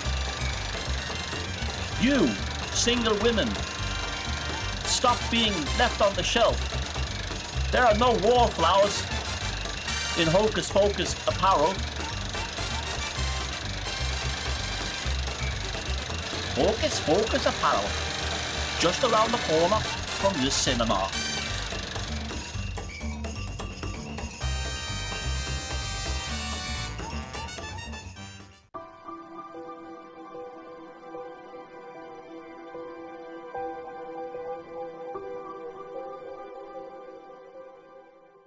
Contentment, real deep-seated contentment, can make people around you question, doubt, or even try to put a damper on it. They might say it's fleeting or naive and suggest that there's no point in having it. But that reaction speaks volumes about the control and fear that's in our culture, a culture that's fed by the media, endlessly pushing dread and division. You see, the powers that be are clever that way. They'd rather keep us all on edge in states of fear or frustration because it's easier to control a world of people on low frequencies. Contentment is far more important than happiness. It's similar to the difference between being rich and being wealthy. One is loud and flashy, the other grounded and steady. Happiness is wonderful, don't get me wrong. It's a moment of experience and it can come and go like the tide, and sometimes that leaves us feeling like we're always chasing it, whereas contentment is more enduring. It's a state of calm and inner peace that doesn't need external events to keep it alive. It's a feeling of having enough, of feeling whole, even when life isn't picture perfect. This is important, especially when those around you might try to bring you down, because when you find contentment, you're no longer at the mercy of external opinions or dramas, and people may suggest your happiness is insincere or fleeting, but true contentment is something that they can't touch. It's like wealth, it's a richness they can't access. And that's the beauty of contentment. It's quiet and resilient. And it's a human state that can't be shaken by every news event, social media meltdown, or opinion flying around. When you scroll through social media and find yourself bombarded with negativity, controversy, and endless arguments, many of those posts come from a place of somebody wanting attention, validation, or just to pull others into their own turmoil. Misery loves company, and knowing that is the key that gives you the chance to protect your own energy and to stay in your place of contentment rather than getting pulled into temporary upsets. It's easy to get sucked into the drama and feel pressure to have a stance on every single issue, but try this. See it, acknowledge it, but don't engage with it on a reactive level, because a lot of it is noise, it's virtual signalling, it's fear-mongering, or it's attention-seeking. So don't freely give your energy to it and protect your inner peace. You don't have to get tangled into other people's emotional battles. And you don't need to find solidarity in shared despair or pity parties. Instead, explore life and create freely. The same goes for the news.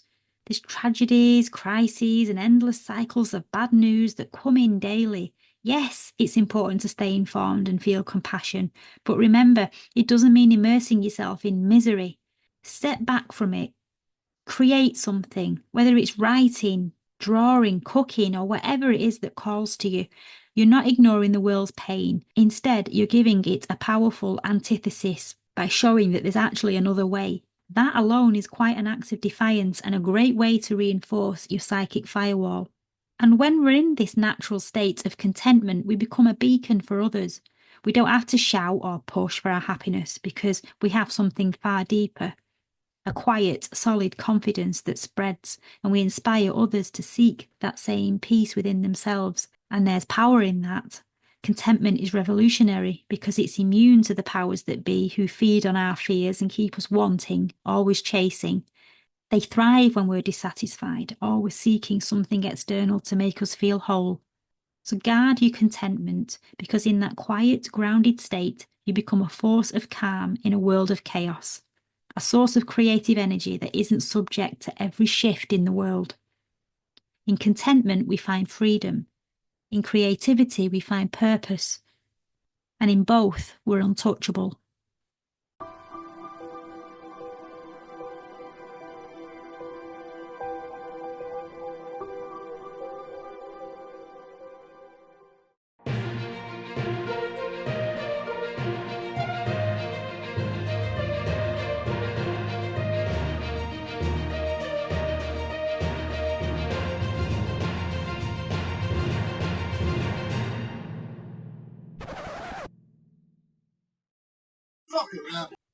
On September the 19th, 1961, Betty and Barney Hill from Portsmouth, New Hampshire, were driving home from a trip to Montreal. At around 10:30 p.m., they noticed a bright light in the sky that seemed to be following them. They thought it was a star or plane, but it changed course and got bigger as they drove through the White Mountains.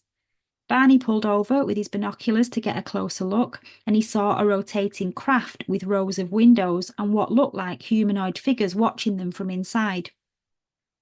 Afraid, he rushed back to the car and they sped off, but the object was following them. Shortly after driving away, they heard buzzing noises and both reported altered states of consciousness. The next thing they knew, they were 35 miles down the road with vague memories of what happened in between, and they arrived home much later than expected. Betty began having vivid dreams of being taken aboard a craft by small humanoid beings, and Barney also had psychological distress and physical symptoms, including strange scuffs on his shoes and an unusual feeling in his body. They reached out to UFO researchers for help, and in 1964, Dr. Benjamin Simon put them under hypnosis to help them recall their memories. Both Betty and Barney described being taken aboard the craft, subjected to medical examinations, and interacting with the beings telepathically. Betty also described a star map shown to her by one of the beings. They tried to keep their story quiet, but it eventually became public when it was leaked to a Boston newspaper. This led to widespread media attention, public interest, and the release of a book called The Interrupted Journey and a movie called The UFO Incident. The Betty and Barney Hill case was one of the first widely reported UFO abduction accounts in history.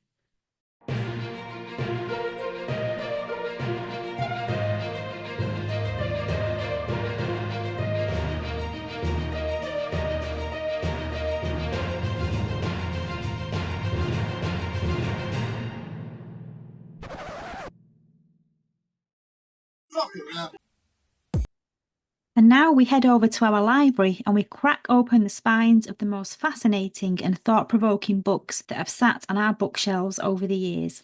And it's a chance to indulge in some show and tell of the books that have inspired us and fired up our imaginations, with the hope of inspiring your Fortean bookshelves too. And I'll put the links in the description, and if you decide to purchase the books through the links, then we'll get a few coppers to put back into our channels. Now, my book review this month is Into the Fringe by Carla Turner. And I was given this book a few years back by a friend who experienced abduction, so that I could understand what they were going through and how it affected the day-to-day life, and it actually changed the perception of reality, as it would do. And because we talk about abduction and the experiences people have, it's not always discussed about how these things change the lives of those that it's happening to. And reading Into the Fringe, well, that really opened my eyes, not only to the abduction part of the phenomenon, but also the strain that it puts on friends and families of the abductees. So Carla Turner talks about this, and she writes about how it started and how they were a regular American family who'd had their lives turned upside down, and they didn't even believe in UFOs until one day everything changed. And she wrote about every detail of her family's experiences, and it got so bad at one point that even close friends and neighbours and other family members started to have experiences too. And even her son's roommate was also claimed to be abducted on almost a daily basis. So the experiences that this family went through were pretty prolific, almost day to day. Now, she started to keep a journal of the things that happened, and the book is made up of entries from that journal, and it covers everything from What became routine abductions to unexplained body markings and poltergeist-like activities with the lights and radios switching on and off mysteriously in the dead of the night, even though they were unplugged. I read the book over a couple of nights and I felt really anxious afterwards, to the point that I didn't want to put the light out because I was afraid that reading about it might attract whatever these things are, but I couldn't put the book down. And I'd like to read you the opening paragraph, if I may. In the spring of 1988, our world ended. Life went on, but everything we had always known about reality, our trusted perceptions of ourselves, of the present and of the past, of the nature of time and space, were destroyed. The end of one's reality is truly the end of a world. And another world follows, of course, but exile from the first one is permanent. We were thrust into new territory, a place of missing time, episodes of UFOs and inhuman beings, and all sorts of bizarre phenomena that wouldn't go away. Yet we hardly noticed its beginning, and later, when it became clear that something strange was occurring, we had no idea that the very nature of reality was about to change for my husband and myself, as well as for our family and friends. This is the story of how we came to this new reality. It's an account of the experiences that erupted in our lives, of our entrance into that other world of altered realities that we sane people merrily deride or ignore. In the beginning, we kept these things to ourselves out of fear and confusion, but now we realise the story should be told, and for very good reasons. So the book is written from a very personal point of view, and she takes you into her family's private life and into their home. And the further you read, the more you feel for this family, and you just want everything to go back to normal for them. But it never did. She gave up a university teaching job and she dedicated the rest of her life to investigating the phenomenon and trying to make sense of it and helping other abductees. She died of cancer on the 10th of January 1996, aged 48, after being threatened for her work, and other people involved in the UFO investigation also experienced the same threats, followed by high unusual cancers. And several other case studies are also dead. And in the most recent book, Masquerade of Angels, written in 1994, it was co-written with a psychic called Ted Rice. And the book's about Ted's encounters with strange entities who he said lived in a shadowland between angelic and demonic. So I think Carla Turner was leaning towards these things being multidimensional towards the end of her life. It's a highly recommended read, and you can find a lot of Carla Turner's lectures around the internet and on YouTube, and she still has a huge following and she's highly respected among fellow abductees. You can find the free PDF copy of Into the Fringe on the internet, and I'll put the link to the free version in the description. But for those who like a physical book, I'll put the Amazon link on there too. Well, my book for this alien and alien abduction themed episode of Hocus Focus is, of course, a fictional book because I've covered quite a few of the actual, non-fiction books dealing with the topic. So I've decided to go with a fictional book, and who else other than our old friend H.P. Lovecraft. And the story I've chosen is The Whisper in Darkness. Now, The Whisper in Darkness is probably the most overtly alien abduction kind of story within the Lovecraftian cosmic horror canon. It is a remarkable story in that it reads very much like a detective story in the guise of, well, the inventor of the detective story, who was Edgar Allan Poe, believe it or not. And it reads very much in that style, almost like an autopsy of and literally in this case, of the events surrounding what happens in the story. Now, it takes place in 1920 near Battleboro in Vermont, up in the wild hills that are mainly uninhabited. And following a flood, these various strange, squishy creatures are found floating dead in the rivers.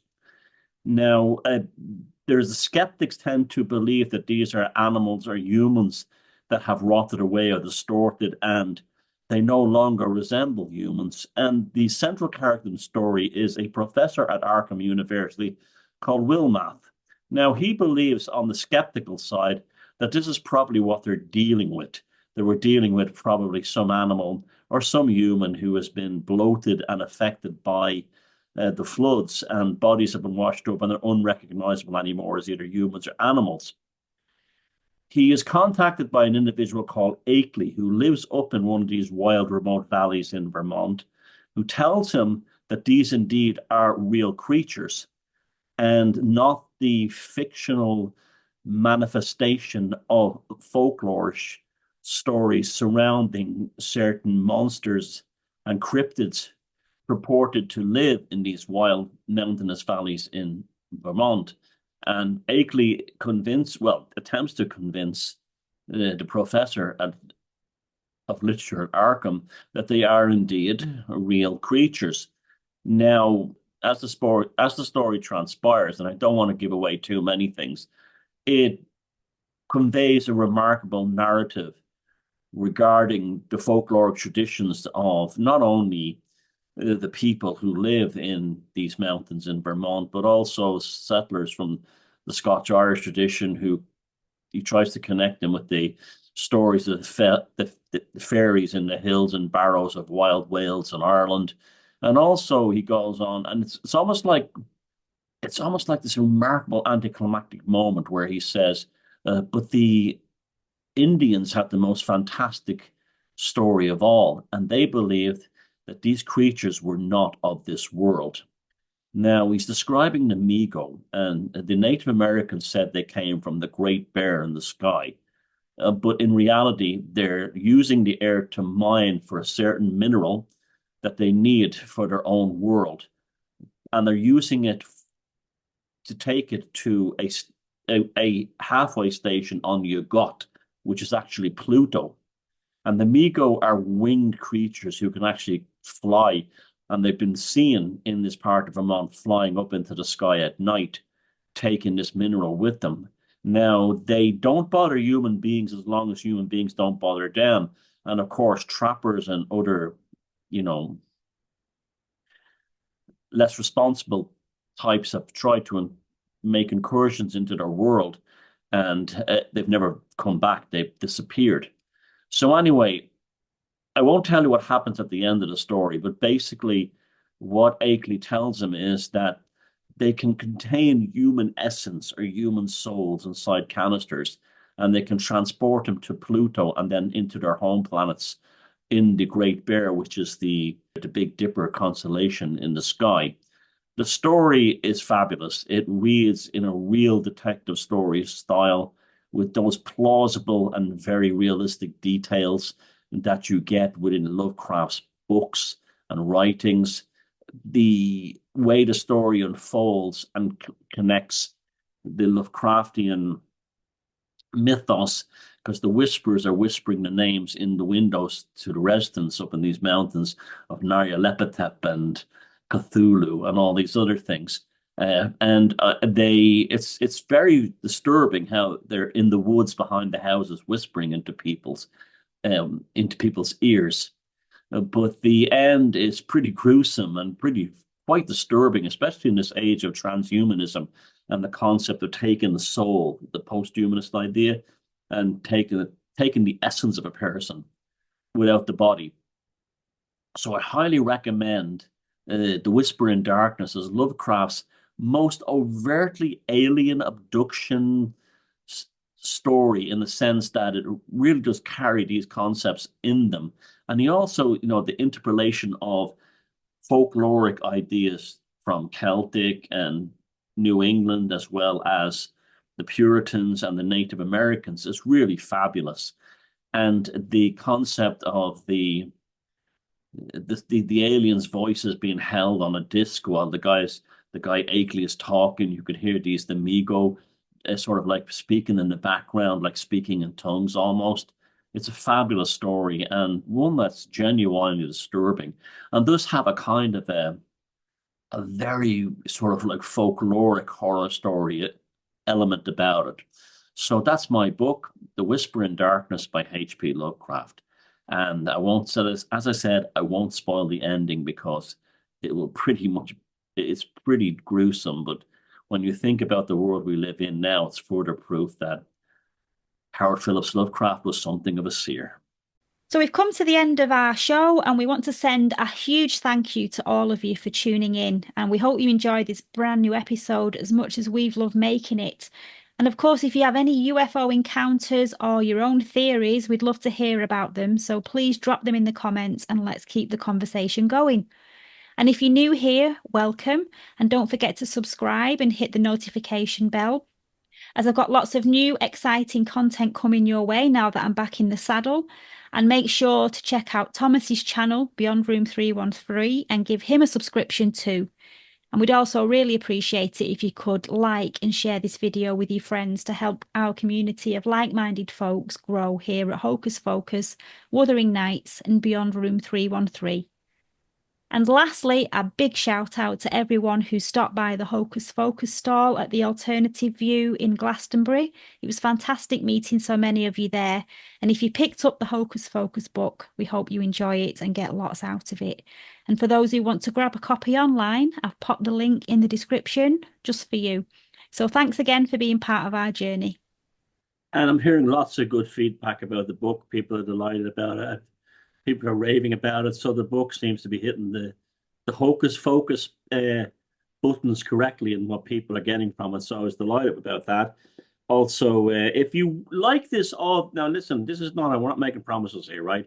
But if you like this audio version, if you find that's more easy to watch, we wouldn't be adverse to doing it as Hocus Focus from now on.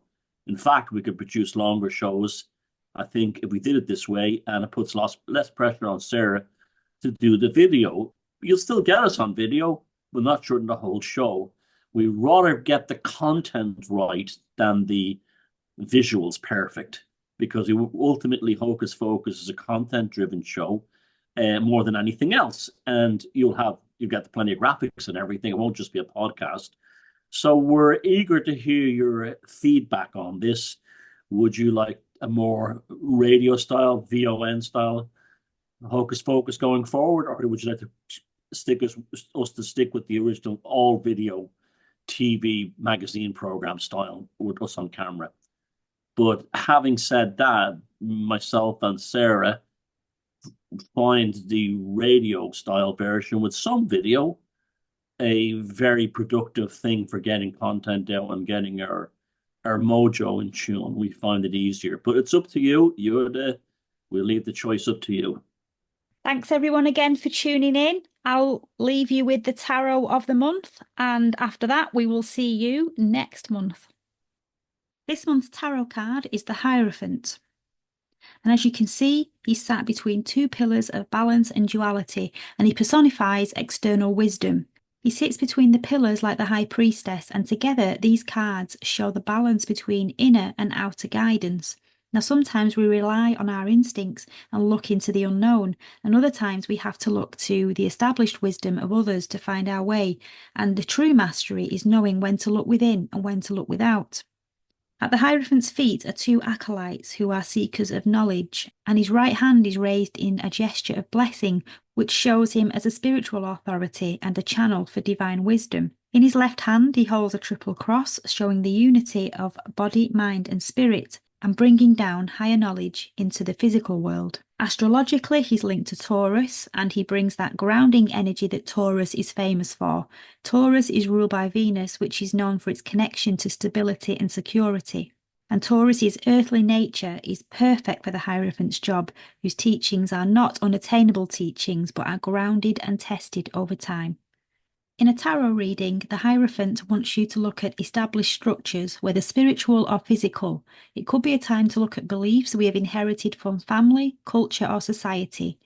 Do they still serve us, or is it time to refine them to better fit with who we are today?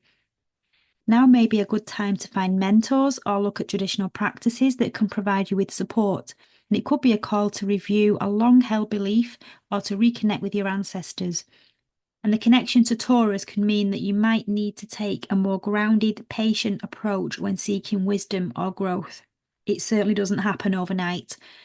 But it's also important to remember that it's not about blindly following. It's about understanding the deeper meaning of wisdom and how it can guide and help you rather than indoctrinate you into blind belief.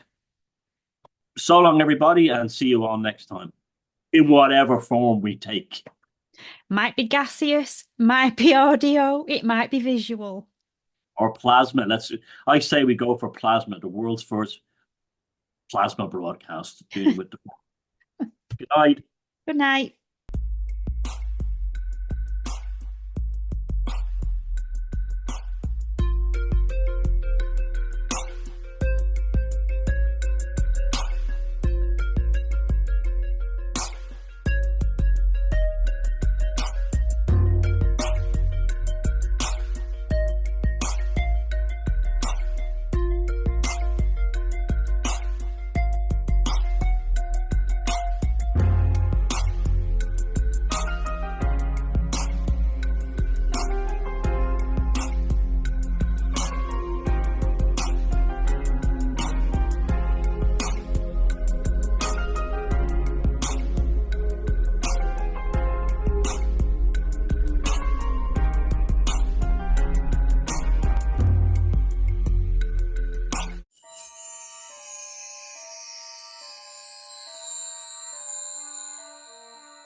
Ginger fairy.